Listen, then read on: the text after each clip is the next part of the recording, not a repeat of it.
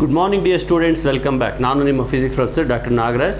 Second PUC ಫಿಸಿಕ್ಸ್ನ CET ಕ್ವಶನ್ಸನ್ನು discuss ಮಾಡ್ತಾ ಇದ್ದೀವಿ. KCETಗೆ ಮತ್ತು ನೀಟ್ಗೆ ಬರ್ತಕ್ಕಂಥ ಪಾಸಿಬಲ್ ಕ್ವಶನ್ಸನ್ನು ನಾವು ಚರ್ಚೆ ಮಾಡ್ತಾ ಇದ್ದೀವಿ. ಈಗ ವೇವ್ ಆಪ್ಟಿಕ್ಸನ್ನು ಕಂಪ್ಲೀಟ್ ಮಾಡಿದ್ದೀನಿ. ನೆಕ್ಸ್ಟ್ ಜೊಮೆಟ್ರಿಕಲ್ ಆಪ್ಟಿಕ್ಸ್ ಅಥವಾ ರೇ optics, that is chapter number actually ಬುಕ್ಕಲ್ಲಿ 9 ಅಂತ ಇದೆ, ನಾನು ಸುಮ್ಮನೆ 6 ಅಂತ ಕೊಟ್ಕೊಂಡಿದ್ದೀನಿ ಇರಲಿ. ಸೊ ರೇ ಆಪ್ಟಿಕ್ಸ್ ಅಥವಾ ಜೊಮೆಟ್ರಿಕಲ್ ಆಪ್ಟಿಕ್ಸ್, ಇದರಲ್ಲಿ ಮುಖ್ಯವಾಗಿ ರಿಫ್ಲೆಕ್ಷನ್ ಮತ್ತು ರಿಫ್ರಾಕ್ಷನ್ ಇವೆರಡೇ ಕಾನ್ಸೆಪ್ಟ್ಗಳು. Reflection by plane surface, reflection by curved surface, ಮತ್ತು refraction by plane surface, refraction by curved surface. So reflection ಅಂತ ಬಂದಾಗ ಅದು ಮಿರರ್ ಆಗುತ್ತೆ, ರಿಫ್ರಾಕ್ಷನ್ ಅಂತ ಬಂದಾಗ ಅದು ಲೆನ್ಸ್ ಆಗುತ್ತೆ. ಗೊತ್ತಾಯ್ತಲ್ವಾ? ರಿಫ್ಲೆಕ್ಷನ್ನಲ್ಲೂ ಒಂದು ಲಾ ಇದೆ, ಸ್ನೆಲ್ಸ್ ಲಾ ಅಂತ, that is angle of incidence is equal to angle of reflection ಅಂತ.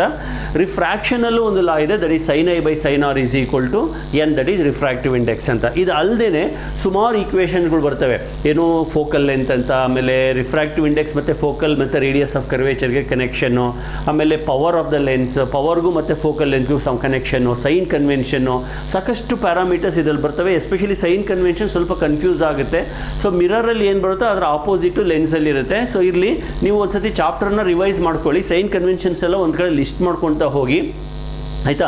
ಮ್ಯಾಗ್ನಿಫಿಕೇಷನ್ ನೆಗೆಟಿವ್ ಯಾವಾಗ ಆಗುತ್ತೆ, ಪಾಸಿಟಿವ್ ಯಾವಾಗ ಆಗುತ್ತೆ, ಸೊ ರಿಯಲ್ ಇದ್ದರೆ ನೆಗೆಟಿವಾ, ವರ್ಚುವಲ್ ಇದ್ದರೆ ಪಾಸಿಟಿವಾ, ನೆಗೆಟಿವಾ, ಇವೆಲ್ಲನೂ ನಾನು ಹೇಳ್ತಾ ಹೋಗ್ತೀನಿ. ಬಂದಂಗೆ ನೀವು ಒಂದು ಕಡೆ ರೆಕಾರ್ಡ್ ಮಾಡ್ಕೊಳ್ತಾ ಹೋಗಿ ಅಥವಾ ಕಾಪಿ ಮಾಡ್ಕೊಳ್ತಾ ಹೋಗಿ.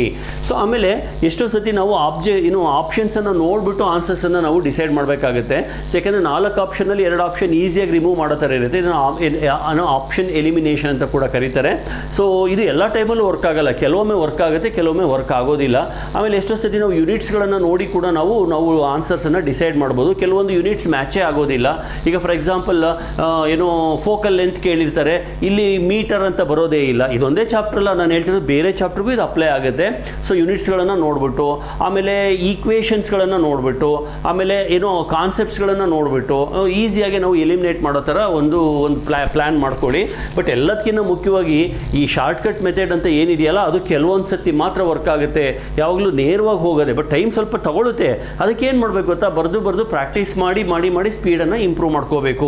ಸೊ ಕೆಲವೊಂದು ಕಡೆ 1 ಸೆಕೆಂಡಲ್ಲೇ ಆನ್ಸರ್ ಬಂದೋಗ್ಬಿಡುತ್ತೆ, ಅಂದರೆ ನೋಡಿದ ತಕ್ಷಣ ಗೊತ್ತಾಗುತ್ತೆ. ಕೆಲವೊಂದು ಕಡೆ 1 ನಿಮಿಷ ಆದರೂ ಬರೋದಿಲ್ಲ. ಸೊ ಅಲ್ಲಿ ಉಳಿಸಿರೋ ಟೈಮನ್ನು ಇಲ್ಲಿಗೆ ಹಾಕ್ಕೊಂಡು ನೀವು ಮ್ಯಾನೇಜ್ ಮಾಡ್ತಾ ಹೋಗಬೇಕು. ಮಕ್ಕಳೇ, ಇನ್ನೂ ಜಾಸ್ತಿ ಟೈಮ್ ಇಲ್ಲ, ಇನ್ನೊಂದು ವಾರ ಉಳ್ಕೊಂಡಿದೆ. ಸೊ ಪ್ಲ್ಯಾನ್ ಮಾಡ್ಕೊಳ್ಳಿ, ದಿವಸ ಇಷ್ಟಿಷ್ಟು ಕ್ವಶನ್ಸ್ ಅಂತ ಪ್ಲ್ಯಾನ್ ಮಾಡ್ಕೊಳ್ಳಿ. ಆದರೆ ನಾನೊಂದು 2 ಮಾಡೆಲ್ ಪೇಪರ್ಸನ್ನು ಡಿಸ್ಕಸ್ ಮಾಡ್ತೀನಿ. Full first PUC second PUC ಎಲ್ಲ ಸೇರಿಸಿ ಇರೋಂಥ ಒಂದು 2 ಪೇಪರ್ಸನ್ನು ಡಿಸ್ಕಸ್ ಮಾಡಿ ಅಥವಾ ಆನ್ಸರ್ಸನ್ನು ಸಾಲ್ವ್ ಮಾಡಿ ನಾನು ಗ್ರೂಪಲ್ಲಿ ಹಾಕ್ತೀನಿ. ದಯವಿಟ್ಟು ನನ್ನ ವೀಡಿಯೋಸನ್ನು ನೋಡಿ ಲೈಕ್ ಮಾಡಿ ಮತ್ತು ಶೇರ್ ಮಾಡಿ, ಜೊತೆ ಕಾಮೆಂಟ್ಸನ್ನು ಕೂಡ ಪಾಸ್ ಮಾಡಿ. Okay, come we will move on to the next question number 1. The minimum size of the plane mirror to see full image shall be equal to. ಇವೆಲ್ಲ ಸ್ಟ್ಯಾಂಡರ್ಡ್ ಕ್ವಶನ್ಸ್ ನೋಡಿ. Minimum size, ನಮ್ಮ full image ನಾನು ನೋಡಬೇಕು ಅಂದರೆ minimum ಎಷ್ಟಿರಬೇಕು? ನಮ್ಮಷ್ಟೇ ಉದ್ದ ಇದ್ದರೆ ಇರಲೇಬೇಕು ಅಂತ ಏನಿಲ್ಲ, ಅದರ ಅರ್ಧದಷ್ಟಿದ್ರೂ ಸಾಕು. That is option A. Okay, so option A is the answer. Okay, ಈಗ ನೋಡಿ ಇಲ್ಲಿ ಜಾಸ್ತಿ ಇವೆಲ್ಲ ನೆನ್ಪಿಟ್ಕೊಳ್ಳೋಣ, ಮೆಮೊರಿ ಬೇಸ್ಡ್ ಕ್ವಶನ್ಸ್ ಅಂತ. Okay, so move on to the next question. 2 mirrors are inclined at an angle of 30 degree ಇರಬೇಕಿಲ್ಲಿ. Okay, and an object is placed between them. The number of images formed will be number of images formed ಗೆ ಒಂದು formula ಇದೆ, n is equal to 360 divided by theta minus 1. ಅವರು ಎಷ್ಟು ಆ್ಯಂಗಲಲ್ಲಿ incline ಆಗಿದೆ mirrors ಅಂತ ಹೇಳಿದ್ದಾರೆ, that is theta. ಇಲ್ಲಿ ಅವ್ರು ಹೇಳಿರೋ ಪ್ರಕಾರ 30 ಡಿಗ್ರಿ ಅದು. So therefore it is equal to 360 divided by 30 minus 1. So this is nothing but 12 minus 1, 0 cancel ಆಯಿತು. 3 1 3 3 2 12 minus 1, so that is equal to 11. So number of images formed will be 11. ಗೊತ್ತಾಯ್ತಲ್ವಾ? So ಈ ಥರ. Okay, we will move on to the next question. A beam of monochromatic light is passing from one medium to another medium. Which of the following quantity does not change? ನೋಡಿ, light ಯಾವುದೇ ಒಂದು ಮೀಡಿಯಮಿಂದ ಇನ್ನೊಂದು ಮೀಡಿಯಮ್ಗೆ ಹೋಗಲಿ, ಅಲ್ಲಿ velocity change ಆಗುತ್ತೆ, wavelength change ಆಗುತ್ತೆ, ಬಟ್ ಫ್ರೀಕ್ವೆನ್ಸಿ ಮಾತ್ರ ಚೇಂಜ್ ಆಗೋದಿಲ್ಲ. Frequency is invariant, it does not vary when light travels from one medium to another medium. ಈಗ ರೇರರಿಂದ ಡೆನ್ಸರಿಗೆ ಬಂದರೆ ವೆಲಾಸಿಟಿ ಕಡಿಮೆ ಆಗುತ್ತೆ. Velocity is equal to F into lambda ಅಂತ, ಇದು ಸ್ಟ್ಯಾಂಡರ್ಡ್ ಈಕ್ವೇಷನ್ನು. ವೆಲಾಸಿಟಿ ಕಡಿಮೆ ಆದಮೇಲೆ ಲ್ಯಾಂಬ್ಡಾ ಕೂಡ ಕಡಿಮೆ ಆಗಬೇಕಲ್ವಾ? ಸೊ ಈ ರೀತಿ ಒಂದು ಮೀಡಿಯಮಿಂದ ಇನ್ನೊಂದು ಮೀಡಿಯಮ್ಗೆ ಹೋದಾಗ ವೆಲಾಸಿಟಿ, ವೇವ್ ಲೆಂತ್ ಚೇಂಜ್ ಆಗುತ್ತೆ, ಆದರೆ ಫ್ರೀಕ್ವೆನ್ಸಿ ಮಾತ್ರ ಹಾಗೇ ಇರುತ್ತೆ. ಓಕೆ, ನಾವು move on to the next question number 4. Refractive index of glass with respect to air is 1.6. Then refractive index of air with respect to glass, ಇದನ್ನು ನಾವು relative refractive index ಅಂತ ಕರಿತೀವಿ. ಇಲ್ಲಿ ಕೇಳಿರೋದು refractive index of air with respect to glass, ಇದನ್ನು ನಾವು NA divided by NG ಅಂತ ಬರೀಬೇಕು. ಸೊ NA ನಮ್ಮೆಲ್ಲರಿಗೂ ಗೊತ್ತಿದೆ 1 ಅಂತ, air refractive index divided by 1.6. So ಇಲ್ಲಿ ನೋಡಿ ನ್ಯೂಮರೇಟರ್ ಕಡಿಮೆ ಇದೆ, ಡಿನಾಮಿನೇಟರ್ ಜಾಸ್ತಿ ಇದೆ, therefore answer is less than 1. So ಬರೋ ಆನ್ಸರ್ ಲೆಸ್ ದ್ಯಾನ್ 1 ಇರುತ್ತೆ. ಒಂದು ವೇಳೆ ಡಿನಾಮಿನೇಟರ್ ಜಾಸ್ತಿ ಇದ್ದಿದ್ರೆ, ಕಡಿಮೆ ಇದ್ದಿದ್ರೆ ಗ್ರೇಟರ್ ದ್ಯಾನ್ 1 ಆಗಿರೋದು. So therefore answer is less than 1. So ಮಕ್ಕಳೇ ಒಂದು ನೆನ್ಪಿಟ್ಕೊಳ್ಳಿ, ಎರಡು ಥರ ರಿಫ್ರಾಕ್ಟಿವ್ ಇಂಡೆಕ್ಸ್ ಇದೆ. ಒಂದು ರಿಲೇಟಿವ್ ರಿಫ್ರಾಕ್ಟಿವ್ ಇಂಡೆಕ್ಸ್ ಅಂತ, ಇನ್ನೊಂದು ಅಬ್ಸಲ್ಯೂಟ್ ರಿಫ್ರಾಕ್ಟಿವ್ ಇಂಡೆಕ್ಸ್ ಅಂತ. ಅಬ್ಸಲ್ಯೂಟ್ ರಿಫ್ರಾಕ್ಟಿವ್ ಇಂಡೆಕ್ಸ್ ಅಂದರೆ N, that is equal to speed of light in vacuum divided by speed of light in medium. ನಮಗೆಲ್ಲ ಗೊತ್ತು speed of light in vacuum is highest, ಎಲ್ಲ ಮೀಡಿಯಮ್ಗಿಂತ ಜಾಸ್ತಿ ಅದೇನೆ. ಹಾಗಾದರೆ numerator is greater than denominator, therefore n is equal greater than 1. By chance ಅದು air medium ಆದರೆ then NA is equal to C divided by C, that is equal to 1 ಆಗುತ್ತೆ. Air ಮೀಡಿಯಮಿಗೆ ಮಾತ್ರ 1. ಅಂದರೆ refractive index of air is 1, for other medium it is greater than 1. ಇದನ್ನು absolute refractive index ಅಂತ ಕರಿತೀವಿ. ಇವಾಗ ಇಲ್ಲಿ ವಾಟರ್ ಇದೆ, ವಾಟರಿನ ಒಳಗಡೆಗೆ ಒಂದು ಗ್ಲಾಸ್ ಸ್ಲ್ಯಾಬ್ ಇದೆ ಅಂತ ಇಟ್ಕೊಳ್ಳೋಣ. ಅವಾಗ ಅದನ್ನು ರಿಲೇಟಿವ್ ರಿಫ್ರಾಕ್ಟಿವ್ ಇಂಡೆಕ್ಸ್ ಅಂತ ಕರಿತೀವಿ. ಇವಾಗ ಇದರೊಳಗಡೆ ಒಂದು ಗ್ಲಾಸ್ ಸ್ಲ್ಯಾಬ್ ಇದೆ. ಸೊ ಹಾಗಾದರೆ what is the relative refractive index? ಅವಾಗ ನಾವು ಅದನ್ನು NGW ಅಂತ ಬರೀಬೇಕು. Glass with respect to water, that is equal to NG divided by NW. ಇದನ್ನು water with respect to glass ಬರೀಬೋದು, ಅಂದರೆ NWG ಅಂತ ಕೂಡ ಬರೀಬೋದು. ಸೊ ಇಲ್ಲಿ ಯಾವ ಲೆಟರನ್ನು ಬರೆದಿರ್ತೀರೋ ಅದು ನ್ಯೂಮರೇಟರ್ಗೆ ಹೋಗುತ್ತೆ, ಇಲ್ಲಿ ಯಾವ ಲೆಟರನ್ನು ಬರೀತೀರೋ ಅದು ಡಿನಾಮಿನೇಟರ್ಗೆ ಹೋಗುತ್ತೆ. ಇದು relative refractive index. Relative refractive index greater than 1 ಇರ್ಬೋದು, ಲೆಸ್ ದ್ಯಾನ್ 1 ಇರ್ಬೋದು. ಸೊ ಅಬ್ಸಲ್ಯೂಟ್ ರಿಫ್ರಾಕ್ಟಿವ್ ಇಂಡೆಕ್ಸ್ ಮಾತ್ರ ಯಾವಾಗಲೂ ಗ್ರೇಟರ್ ದ್ಯಾನ್ 1 ಇರುತ್ತೆ. ಓಕೆನಾ? ಸೊ ಇಷ್ಟು ಹೇಳಿ ಮುಂದಿನ ಕ್ವಶನ್ಗೆ ಹೋಗೋಣ. ಓಕೆ, ನಾವು the wavelength of sodium light in glass is, if it is is 5893 nanometer in air. Refractive index of the glass is 1.5. ಅಂದರೆ ಇದು ಕ್ವಶನ್ ಸ್ವಲ್ಪ ಸರಿಯಾಗಿ ಫ್ರೇಮ್ ಆಗಿಲ್ಲ. ಏರಲ್ಲಿ wavelength of the sodium is 589.3 nanometre. ಆಯಿತಾ? ಹಾಗಾದರೆ ಗ್ಲಾಸಿನಲ್ಲಿ ಅದರ ವೇವ್ಲೆಂತ್ ಎಷ್ಟು ಅಂತ ಅಷ್ಟೇ. ಸೊ ಗ್ಲಾಸಿನಲ್ಲಿ ವೇವ್ಲೆಂತನ್ನು ಕೇಳಿದ್ದಾರೆ. Please remember, wavelength is inversely proportional to refractive index. So ಈ ಥರದ ಈಕ್ವೇಷನ್ಸನ್ನು ನೆನ್ಪಿಟ್ಕೊಳ್ಳಿ. ಡಿರೈವೇಷನ್ ಮಾಡ್ಬೋದು, ಬಟ್ ಮಾಡೋ ನೆಸೆಸಿಟಿ ಇಲ್ಲ. ಆದರೂ ಅಂತಲೇ ಹೇಳಿರ್ತೀನಿ ನೋಡಿ, refractive index is equal to C divided by V ಅಂತ ಹೇಳಿದ್ದೀನಿ. Okay, so next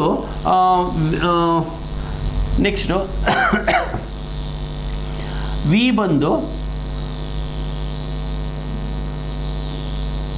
C divided by N ಆಗುತ್ತೆ. Next V is equal to F lambda ಇದೆ. ಓಕೆ, ಸೊ ಇಲ್ಲಿ ಸಬ್ಸ್ಟಿಟ್ಯೂಟ್ ಮಾಡ್ತೀರಾ. F lambda is equal to C divided by N. ಆಗಲೇ ಹೇಳಿದೆ frequency constant ಅಂತ, ಆಮೇಲೆ C ಕೂಡ ಕಾನ್ಸ್ಟೆಂಟ್. ಅವಾಗ lambda is inversely proportional to N. So the wavelength and refractive index are connected through this equations. ನಾನು ಅದನ್ನು ಬರೆದಿರೋದು ಇಲ್ಲಿ, lambda inversely proportional to N. So ಇವಾಗ ಬರೋಣ.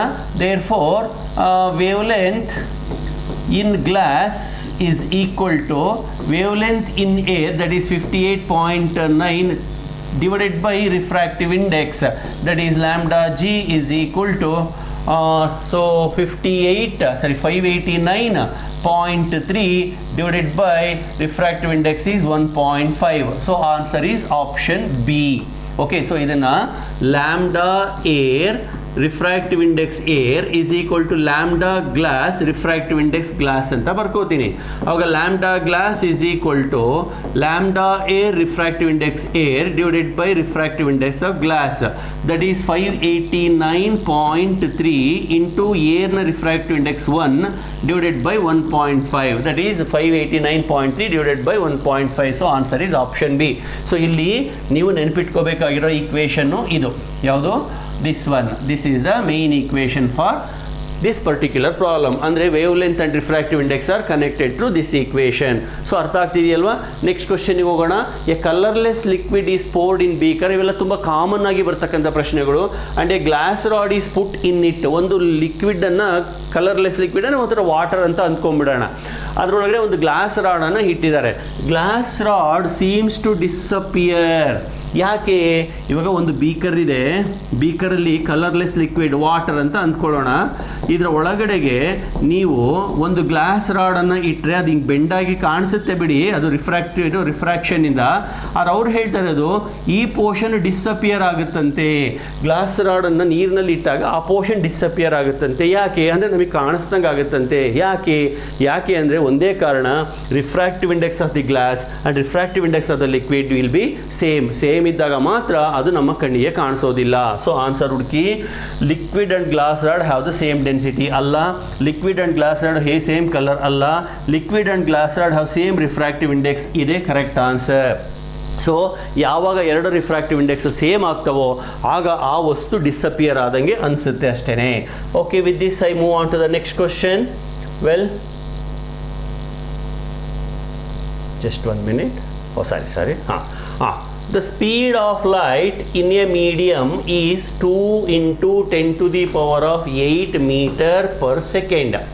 And in another medium 2.4 into 10 power 8 meter per second. ಎರಡು ಸ್ಪೀಡ್ಗಳನ್ನು ಕೊಟ್ಟಿದ್ದಾರೆ, air ಮತ್ತು ಇನ್ನೊಂದು ಯಾವುದೋ ಬೇರೆ ಮೀಡಿಯಮ್ ಯಾವುದಿರ್ಬೋದು ನೋಡೋಣ. Then critical angle for a ray travelling from denser to rarer medium. ಈಗ ಯಾವುದು ಡೆನ್ಸರ್ ಯಾವುದು ರೇರರ್ ಅಂತ ನಾವು ಡಿಸೈಡ್ ಮಾಡಬೇಕು. ನೆನ್ಪಿಟ್ಕೊಳ್ಳಿ, ಸ್ಪೀಡ್ ಜಾಸ್ತಿ ಇದ್ದರೆ ಅದು ರೇರರ್ ಮೀಡಿಯಮ್, ಸ್ಪೀಡ್ ಕಡಿಮೆ ಇದ್ದರೆ ಅದು ಡೆನ್ಸರ್ ಮೀಡಿಯಮ್. ಸೊ ಇವೆರಡರಲ್ಲಿ 2.4 ಮತ್ತು 2ನಲ್ಲಿ 2.4 ಜಾಸ್ತಿ ಇರೋದ್ರಿಂದ ಅದು ರೇರರ್ ಮೀಡಿಯಮ್ ಆಗುತ್ತೆ, ಇದು ಡೆನ್ಸರ್ ಮೀಡಿಯಮ್ ಆಗುತ್ತೆ. ಸೊ ಈ ಥರ ನಾವು ಫಸ್ಟು ಡಿಸೈಡ್ ಮಾಡ್ಕೊಳ್ಳೋಣ. ನೆಕ್ಸ್ಟು ಈಗ ಏನಾಗುತ್ತೆ, ಕ್ರಿಟಿಕಲ್ ಆ್ಯಂಗಲ್ ಬರೋದು ಯಾವಾಗಲೂ ಈ ರೇ ಡೆನ್ಸರ್ ಮೀಡಿಯಮಿಂದ ರೇರರ್ ಮೀಡಿಯಮ್ಗೆ ಟ್ರಾವೆಲ್ ಮಾಡಿದಾಗ. ಈಗ ಫಾರ್ ಎಕ್ಸಾಂಪಲ್ ಇದು ಡೆನ್ಸರ್ ಮೀಡಿಯಮ್ ಅಂತಂದರೆ ಡಿ ಅಂತ ಬರಿತೀನಿ, ಇದು ರೇರರ್ ಮೀಡಿಯಮ್ ಆರ್ ಅಂತ ಬರಿತೀನಿ. ಈ ರೀತಿ ಒಂದು ಲೈಟ್ ರೇ ಟ್ರಾವೆಲ್ ಮಾಡ್ತಾ ಇದೆ, ಇಲ್ಲಿ ಒಂದು ನಾರ್ಮಲನ್ನು ಡ್ರಾ ಮಾಡ್ತೀನಿ. ಓಕೆ, ಸೊ ಕ್ರಿಟಿಕಲ್ ಆ್ಯಂಗಲ್ ಅಂದರೆ ಏನು? If this angle is equal to critical angle then the ray will graze the surface ಅಂತ ನಮಗೆಲ್ಲ ಗೊತ್ತಿದೆ. ಅವಾಗ angle of refraction becomes 90 degree. So Snell's law ಪ್ರಕಾರ N1 ಅಂದರೆ this medium N1 sin I is equal to N2 sin R. Okay, so N1 sin C is equal to N2 because sin R is equal to 90 degree. So therefore sin C is equal to N2 divided by N1. Okay, N2 ಒಂದು ಯಾವುದೋ upper medium. So ಇಲ್ಲಿ continue ಮಾಡ್ತೀನಿ. ಇಲ್ಲಿ sine C is equal to ಅಂತ ಅರ್ಥ, is equal to N2 ಅಂತಂದರೆ C in vacuum divided by V in that medium, rarer medium, divided by C in this medium divided by V in this denser medium. So C cancel ಆಯಿತು. This is finally V D divided by V rarer medium. So sine C is equal to we denser. ಈಗಷ್ಟೇ ಹೇಳಿದೆ denser ಯಾವುದು rarer ಯಾವುದು ಅಂತ. ಯಾವ ಮೀಡಿಯಮಲ್ಲಿ velocity ಕಡಿಮೆ ಇರುತ್ತೋ ಅದು ಡೆನ್ಸರ್ ಮೀಡಿಯಮ್, ಯಾವ ಮೀಡಿಯಮಲ್ಲಿ ವೆಲಾಸಿಟಿ ಜಾಸ್ತಿ ಇರುತ್ತೋ ಅದು ವಿ ರೇರರ್ ಮೀಡಿಯಮ್ ಅಂತ. ಅಲ್ಲಿಗೆ ನಾನು ಇದನ್ನು 2 into 10 to the power of 8 divided by 2.4 into 10 to the power of 8 ಅಂತ ಬರೆದೆ. ಸೊ 10 power 8 ಕ್ಯಾನ್ಸಲ್ ಆಯಿತು. So I have sin C is equal to 2 divided by 2.4. This can be written as 20 divided by 24. That can be written as 5 divided by 6. 4 5s are 4 6s are. So sin C is equal to 5 by 6 ಆದರೆ C is equal to sin inverse of 4 divided by 6. ಸ್ವಲ್ಪ tricky ಆಗಿದೆ ಪ್ರಶ್ನೆ. Normally ನಾವೇನು ಮಾಡ್ತೀವಿ, critical angle ಅಂದರೆ ಈ ಥರ ಈಕ್ವೇಷನನ್ನು ಕಲ್ಪನೆ ಮಾಡ್ಕೋತೀವಿ, ಈ ಥರದ ಈಕ್ವೇಷನ್ ಅಂತ ಕಲ್ಪನೆ ಮಾಡ್ಕೋತೀವಿ. ಆಮೇಲೆ ಇನ್ನೂ ಸಿಂಪಲಾಗಿ ಹೇಳಬೇಕಂದ್ರೆ ಇದು ಗ್ಲಾಸ್ ಮೀಡಿಯಮ್ ಅಂದ್ಕೊಳ್ಳಿ, ಇದು ಏರ್ ಮೀಡಿಯಮ್ ಅಂದ್ಕೊಳ್ಳಿ. ಅವಾಗ ಸೈನ್ ಸಿಯನ್ನು ಡೈರೆಕ್ಟಾಗಿ 1 divided by n of glass ಅಥವಾ n of this denser medium ಅಂತ ಬರೆದು ಬಿಡ್ತೀವಿ. ಯಾವಾಗ ಈ ಮೀಡಿಯಮ್ಮು ಕ್ಲಿಯರ್ ಕಟ್ಟಾಗಿ ಏರ್ ಆಗಿದ್ದಾಗ, ಇದು ಏರ್ ಮೀಡಿಯಮ್ ಆಗಿದ್ದಾಗ, ಅದು ಇಲ್ಲಿ ಏರ್ ಅಂತ ಹೇಳಿಲ್ಲ. ಏರ್ ಆಗಿದ್ದಿದ್ರೆ ಅದು 2.4 ಇರ್ತಿರ್ಲಿಲ್ಲ, 3 ಇರ್ತಾ ಇತ್ತು. ಓಕೆ 3 ಇಲ್ಲ, ಇವಾಗ 2.4 ಇದೆ ಅಂದರೆ ಇದು ರೇರರ್ ಮೀಡಿಯಮನ್ನೇ ಬಟ್ ನಾಟ್ ಏರ್. ಸೊ ಹಾಗಿದ್ದಾಗ ನಾವು ಈ ಥರದ್ದು ಕ್ಯಾಲ್ಕುಲೇಷನ್ಸ್ ಮಾಡ್ಕೊಂಡು ಹೋಗಬೇಕು. ಅಂದರೆ ನೀವು ಇದು ಇಲ್ಲೆಲ್ಲ ಬರೆಯೋ ನೆಸಿಟಿ ಇಲ್ಲ, ಇದನ್ನೇ ಡೈರೆಕ್ಟಾಗಿ ಬರೀರಿ. sin c is equal to n2/n1 ಇದನ್ನು ನೆನ್ಪಿಟ್ಕೊಂಡ್ರೆ ಸಾಕು. n2 ಬಂದು ರೇರರ್ ಮೀಡಿಯಮಿನ ರಿಫ್ರಾಕ್ಟಿವ್ ಇಂಡೆಕ್ಸ್, n1 ಬಂದು ಡೆನ್ಸರ್ ಮೀಡಿಯಮಿನ ರಿಫ್ರಾಕ್ಟಿವ್ ಇಂಡೆಕ್ಸ್. ಆಮೇಲೆ ರಿಫ್ರಾಕ್ಟಿವ್ ಇಂಡೆಕ್ಸನ್ನು ಕೊಡಲಿಲ್ಲ, ಅದ್ರ ಬದಲಿಗೆ ವೆಲಾಸಿಟಿಗಳನ್ನು ಕೊಟ್ಟರು. ಅದಕ್ಕೆ ನಾನೇನು ಮಾಡಿದೆ, ರಿಫ್ರಾಕ್ಟಿವ್ ಇಂಡೆಕ್ಸನ್ನು ವೆಲಾಸಿಟಿನಲ್ಲಿ ಬರ್ಕೊಂಡೆ. ಅಂದರೆ ಬೇಸಿಕ್ ಡೆಫಿನೇಷನ್ಗೆ ಹೋದರೆ speed of light in air divided by speed of light in medium, speed of light in air divided by speed of light in medium. C cancel ಆಗಿ ಕೊನೆಗೆ ವಿ ಡಿ ಮತ್ತು ವಿ ಆರ್ ಈ ಥರ ಉಳ್ಕೊಳ್ತು. Substituted and calculated. I hope you got it. Well, with this I move to the next question. Well, question number 8. A ray of light travel from an optically denser medium to a rarer medium. The critical angle for the two medium is C. Then maximum possible deviation. ನೋಡಿ ಮಕ್ಕಳೇ, ಇಲ್ಲಿ diagram ಅನ್ನು ಕೊಟ್ಬಿಟ್ಟಿದ್ದೀನಿ. ಇದು denser medium, ಇದು rarer medium. Okay, so ಈ ರೀತಿ ಒಂದು ರೇ ಟ್ರಾವೆಲ್ ಮಾಡ್ತಾ ಇದೆ, ಹೋಗ್ಬಿಟ್ಟು ಇದು ಕ್ರಿಟಿಕಲ್ ಆ್ಯಂಗಲ್ ಆಗಿದೆ. ಬೆಂಡ್ಸ್ ಅವೇ ಫ್ರಮ್ ನಾರ್ಮಲ್ ಅಂದರೆ ಈಗ ಸ್ಟ್ರೈಟಾಗಿ ಹೋಗೋ ಬದಲಿಗೆ ಈ ಥರ ಡಿವಿಯೇಟ್ ಆಗಿದೆ. ಎಷ್ಟು ಡಿವಿಯೇಟ್ ಆಗಿದೆ ಅಂದರೆ ಇನ್ಸಿಡೆಂಟ್ ಡೈರೆಕ್ಷನಿಂದ ಇಷ್ಟು ಡಿವಿಯೇಟ್ ಆಗಿದೆ ಅಲ್ವಾ. ಈ ಆ್ಯಂಗಲ್ ಆಫ್ ಡಿವಿಯೇಷನ್ ಅನ್ನು ಕೇಳಿರೋದವ್ರು ಅಷ್ಟೇ. That is definitely this much, that is π/2 minus this much. ನೋಡಿ, ಇದು ಮತ್ತೆ ಇದು ಆಪೋಸಿಟ್ ಆ್ಯಂಗಲ್ಸ್ ಅಲ್ವಾ, ಹಾಗಾಗಿ ಇದು ಸಿ ಆದಮೇಲೆ ಇದು ಸಿ ಆಗಬೇಕು. So it is π/2 minus C.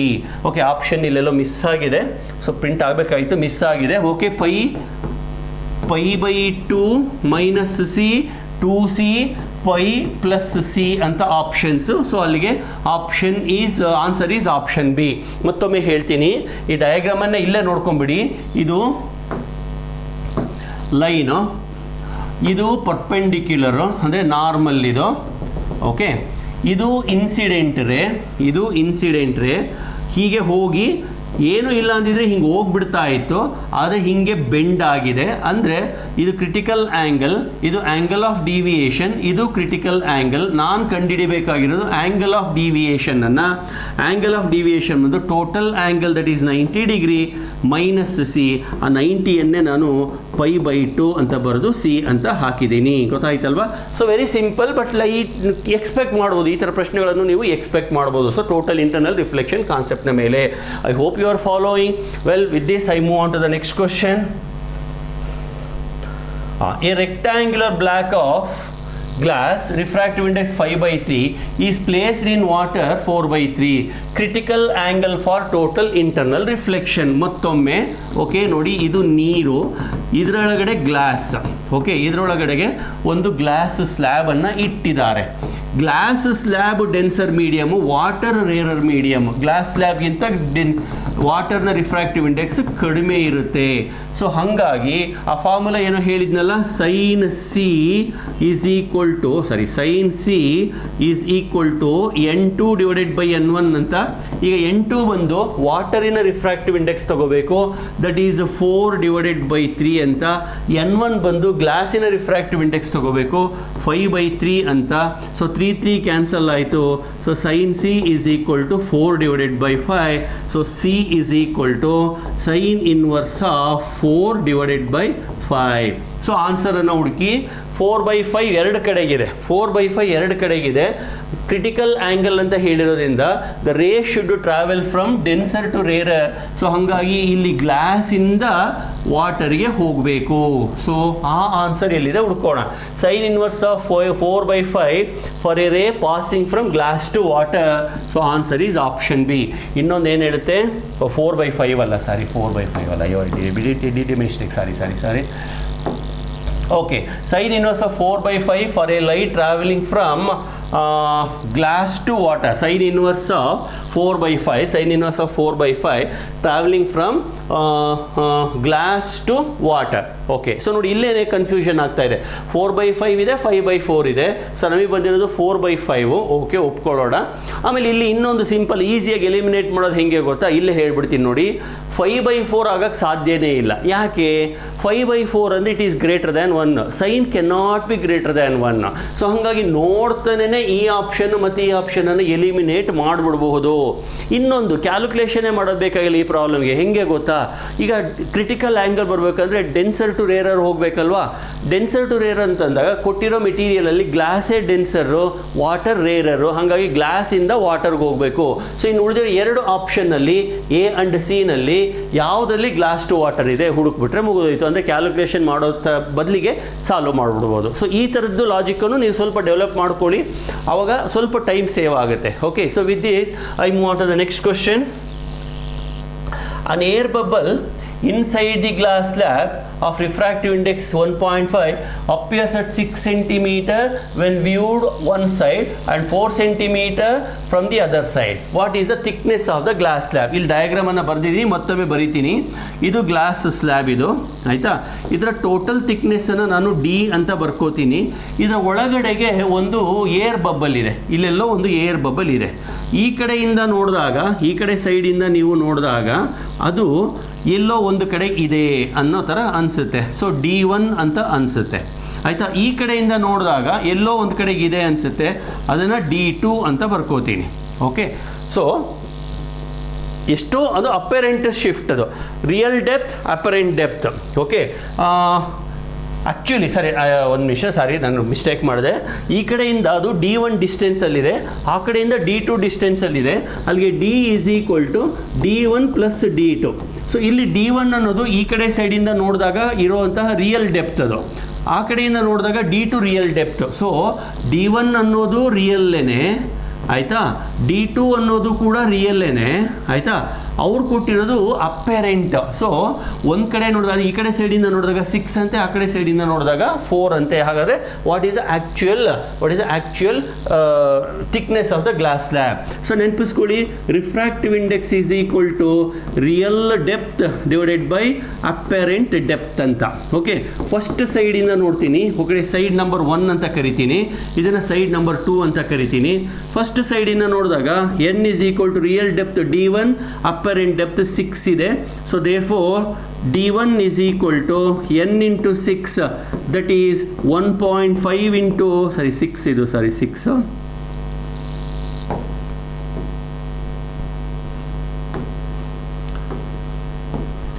n into 6. So 1.5 into 6, 16 90. So that is 9 centimetre. ಯಾವುದು? D1. ಸೊ ಈ ಡಿಸ್ಟೆನ್ಸು 9 ಅಂತ ಬಂತು. ಈಗ ಎರಡನೇ ಸೈಡ್, ಆ ಕಡೆ ಸೈಡಿಗೆ ಹೋಗ್ತೀನಿ. ಆ ಕಡೆ ಸೈಡಿನ ನೋಡಿದಾಗ once again same formula, real divided by apparent. So that is real, that is D2 is equal to n into apparent ಬಂದು 4 ಅಂತ ಹೇಳಿದ್ದಾರೆ, 4. So D2 is equal to 1.5 into 4, 14 60. So D2 is equal to 6 centimetre ಆಯಿತು. ಹಾಗಾದರೆ what is the total distance? It must be D1 plus D2. So 9 plus 6, that is equal to 15 centimeter. So answer is option C. This is the thickness of the glass slab. ಇದು real depth versus apparent depth concept ನ ಮೇಲೆ. So ಆ formula ಇಲ್ಲಿ ನಮಗೆ ಬೇಕಾಗಿರೋದು n is equal to real depth divided by apparent depth. So ಈ glass ಸ್ಲ್ಯಾಬಿನ ಆ ಕಡೆ ಸೈಡಿಂದ ನೋಡಿದಾಗ, ಈ ಕಡೆ ಸೈಡಿಂದ ನೋಡಿದಾಗ ಯಾವುದೋ ಒಂದಷ್ಟು ಡಿಸ್ಟೆನ್ಸಲ್ಲಿ, ಅಂದರೆ 9 ಸೆಂಟಿಮೀಟರ್ ಇದ್ದಿದ್ದು 6 ಸೆಂಟಿಮೀಟರ್, ಅಂದರೆ 3 ಸೆಂಟಿಮೀಟರ್ ಮೇಲಕ್ಕೆ ಬಂದಂಗೆ ಕಂಡಿದೆ ನಮಗೆ. ಅದೇ ಈ ಕಡೆ ಸೈಡಿಂದ ನೋಡಿದಾಗ ಆ್ಯಕ್ಚುಲಿ ಡೆಪ್ತ್ ಇರೋದು 6, ಬಟ್ ನಮಗೆ 4 ಸೆಂಟಿಮೀಟರ್ ಥರ ಕಂಡಿದೆ, ಅಂದರೆ 2 ಸೆಂಟಿಮೀಟರ್ ಶಿಫ್ಟ್ ಆದಂಗೆ ಕಂಡಿದೆ. ಸೊ ಈ ಕಡೆಯಿಂದ ಕ್ಯಾಲ್ಕುಲೇಟ್ ಮಾಡಿದೆ 9 ಬಂತು, ಆ ಕಡೆಯಿಂದ ಕ್ಯಾಲ್ಕುಲೇಟ್ ಮಾಡಿದೆ 6 ಬಂತು. 9 plus get is equal to 15 centimetre. I hope you are following. With this I move to the next question. Choose the correct statement. ಇಲ್ಲಿ 4 ಸ್ಟೇಟ್ಮೆಂಟ್ಗಳಿದ್ದಾವೆ, ಏನಕ್ಕೆ ಸಂಬಂಧಪಟ್ಟಂಗೆ ನೋಡೋಣ. ಸೊ ಅದರಲ್ಲಿ ಯಾವುದು ಕರೆಕ್ಟ್ ಅಂತ ನಾವು ಗಮನಿಸಬೇಕು.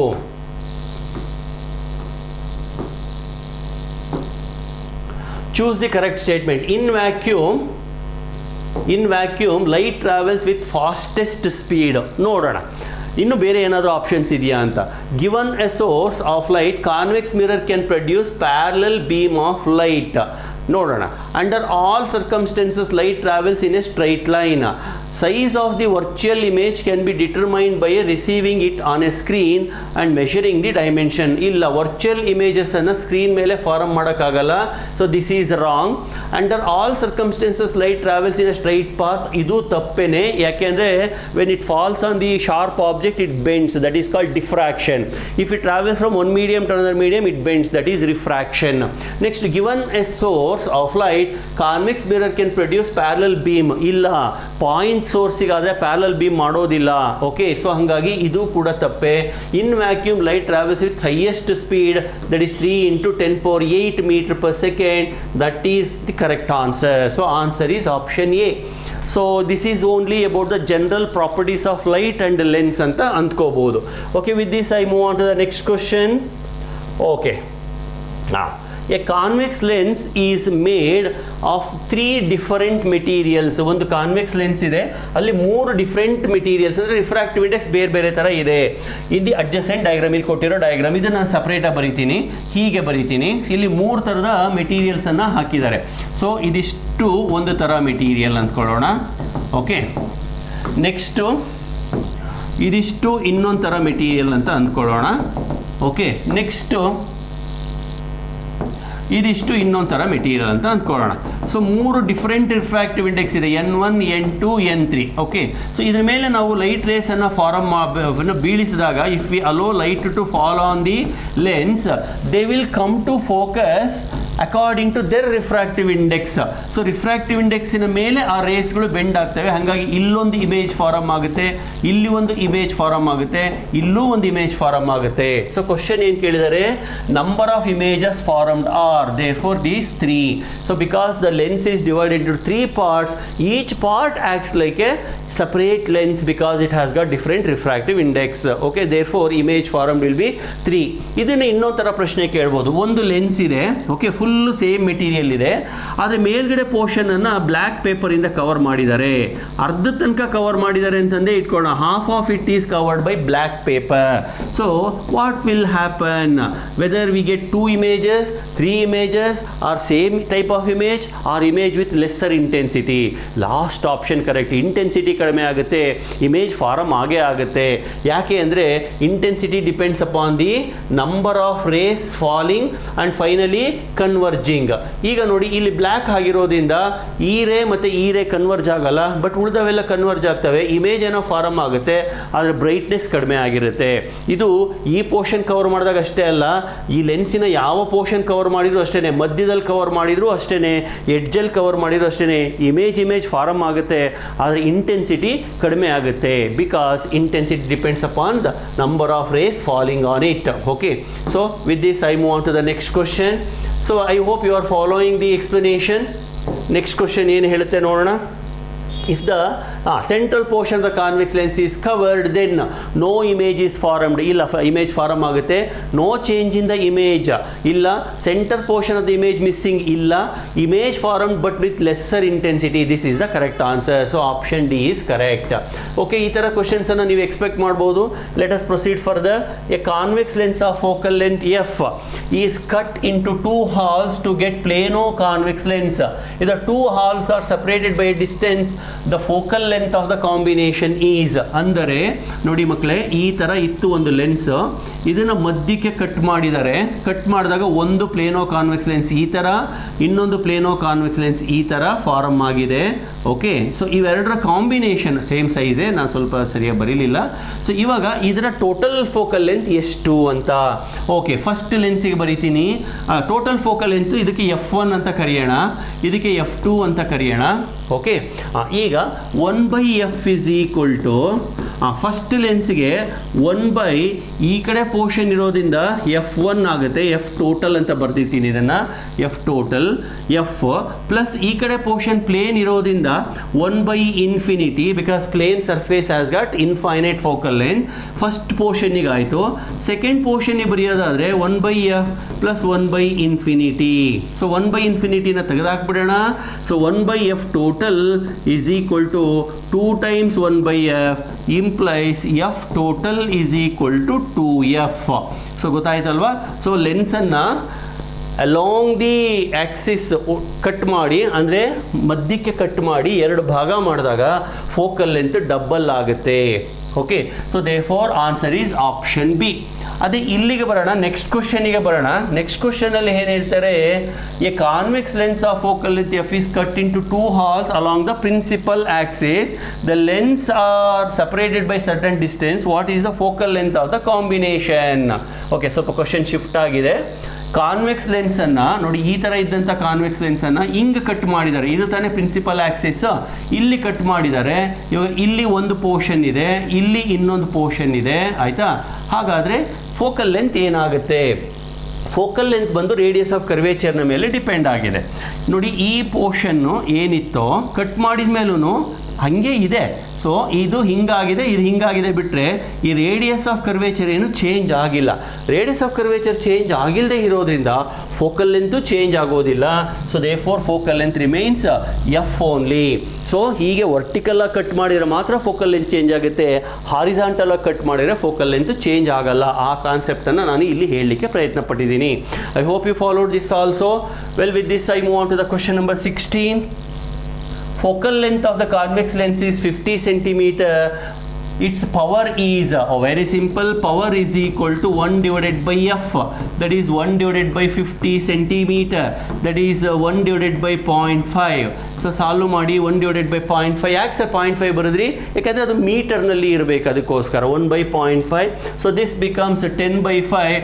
That is 2 dioptre. ಆಮೇಲೆ ಕಾನ್ವೆಕ್ಸ್ ಲೆನ್ಸ್ ಅಂತ ಹೇಳಿರೋದ್ರಿಂದ it must be plus. Power of the convex lens is positive, power of the concave lens is negative. Because convex ಲೆನ್ಸಿನ ಫೋಕಲ್ ಲೆಂತ್ ಪಾಸಿಟಿವ್ ಇರುತ್ತೆ, ಕಾನ್ವೆಕ್ಸ್ ಲೆನ್ಸಿನ ಫೋಕಲ್ ಲೆಂತ್ ಪಾಸಿಟಿವ್ ಇರುತ್ತೆ, concave ಲೆನ್ಸಿನ focal length negative ಇರುತ್ತೆ. So ಹಾಗಾಗಿ power ಕೂಡ. Okay, answer is option D. Answer is option D. I hope you are following. Well, with this I move on to the next question. What is the focal length of double convex lens for which radius of curvature is 40 centimeter and refractive index is 1.5? ಈಗ ಬರ್ತಾ ಇದೆ formula. 1/f is equal to n minus 1 into 1/r1 minus 1/r2. So ಇದನ್ನು ನೀವು ಓದಿರ್ತೀರ, lens makers formula ಅಂತ ಹೇಳಿ. ಈಗ 1/f is equal to n minus 1 ಅಂದರೆ 1.5 minus 1, okay, refractive index into 1 divided by, ನೋಡಿ ಕಾನ್ವೆಕ್ಸ್ ಲೆನ್ಸ್ ಅಂತ ತಗೊಂಡಾಗ ಫಸ್ಟ್ ಸರ್ಫೇಸ್ R1 ಅದು ಪಾಸಿಟಿವ್ ಇರುತ್ತೆ, ಸೆಕೆಂಡ್ ಸರ್ಫೇಸ್ R2 ಅದು ನೆಗೆಟಿವ್ ಇರುತ್ತೆ. ಓಕೆ, ಅದೇ ನೀವು ಕಾನ್ಕೇವ್ ಅಂತ ತಗೊಂಡಾಗ ಇದು ನೆಗೆಟಿವ್ ಅದು ಪಾಸಿಟಿವ್. ಕಾನ್ಕೇವ್ ಅಂತ ತಗೊಂಡಾಗ ಹಿಂಗೆ ಬರುತ್ತೆ ನೋಡಿ, ಅದಕ್ಕೋಸ್ಕರ ಇದು ನೆಗೆಟಿವ್ ಇದು ಪಾಸಿಟಿವ್. ಸೊ ಇಲ್ಲಿ ಬರೋಣ ವಾಪಸ್ಸು. ಸೇಮ್ ರೇಡಿಯಸ್ ಆಫ್ ಕರ್ವೇಚರ್ ಇಂದ 1/20 ಅಲ್ವಾ, radius of curvature sorry 1/40.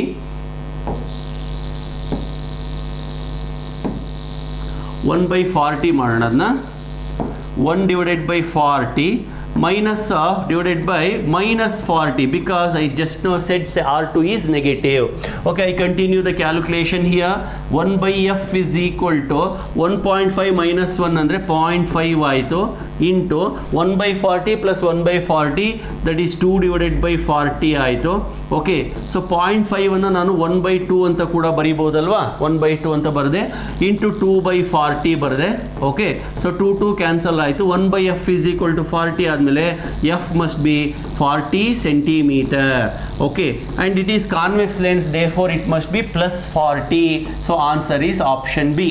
Okay, ಯಾಕೆಂದರೆ -40 ಕೂಡ ಇದೆ. ಭಾಳ ಸಿಂಪಲ್ ಕ್ಯಾಲ್ಕುಲೇಷನ್ ಫಾರ್ಮುಲಾ ಇದು. 1/f is equal to n minus 1 into 1/r1 minus 1/r2. ಇಲ್ಲಿ ಸೈನ್ ಕನ್ವೆನ್ಷನ್ ನೋಡಿ, ಇದನ್ನೇ ನಾನು ಹೇಳಿದ್ದು. ಈಗ ಸೈನ್ ಕನ್ವೆನ್ಷನ್ ಅಂತ ಪದ ಬಳಸಿದ್ನಲ್ವಾ. ಸೊ ಕಾನ್ವೆಕ್ಸ್ ಲೆನ್ಸ್ ಆದಾಗ R1 ಪಾಸಿಟಿವ್ ಇರುತ್ತೆ, R2 ನೆಗೆಟಿವ್ ಇರುತ್ತೆ. ಯಾಕೆಂದರೆ R1 ಹಿಂಗೆ ತಿರ್ಕೊಂಡಿರೋದ್ರಿಂದ ನಾವು ಲೈಟಿನ ಡೈರೆಕ್ಷನಲ್ಲೇ ಡಿಸ್ಟೆನ್ಸನ್ನು ಮೆಷರ್ ಮಾಡ್ತೀವಿ, ರೇಡಿಯಸ್ ಆಫ್ ಕರ್ವೇಚರ್.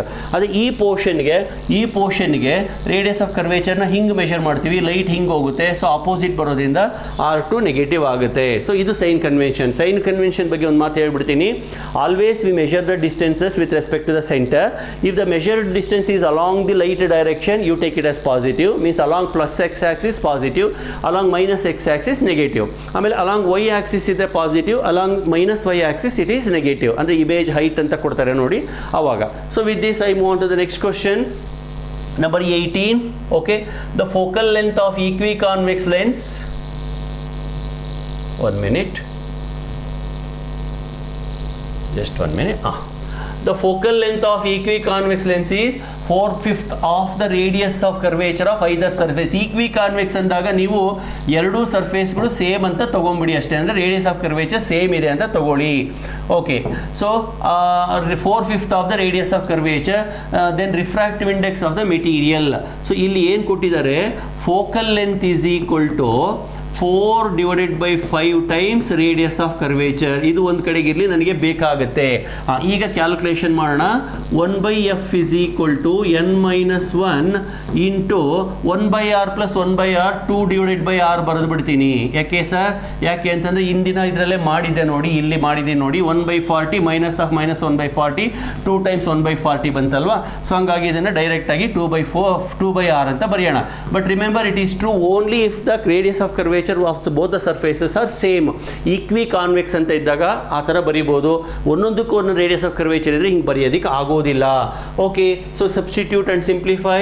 1/f ಜಾಗಕ್ಕೆ 1 ಡಿವೈಡೆಡ್ ಬೈ f ಜಾಗಕ್ಕೆ 4r ಡಿವೈಡೆಡ್ ಬೈ 5 ಬರಿತೀನಿ, is equal to n-1 into 2 divided by r ಬರ್ಕೋತೀನಿ. ನೋಡಿ ಮಕ್ಕಳೇ, r ಕ್ಯಾನ್ಸಲ್ ಆಯಿತು, 5 ಮೇಲೆ ಹೋಯಿತು. ಸೊ ಅಲ್ಲಿಗೆ ಇದು 5 divided by 4 that is equal to n-1 into 2 ಆಯಿತು. ಓಕೆ, ಕ್ಯಾಲ್ಕುಲೇಷನ್ ಮಾಡಿ. ಸೊ 2 ಈ ಕಡೆ ಬರುತ್ತೆ. 5 divided by 8 is equal to n-1. Okay, next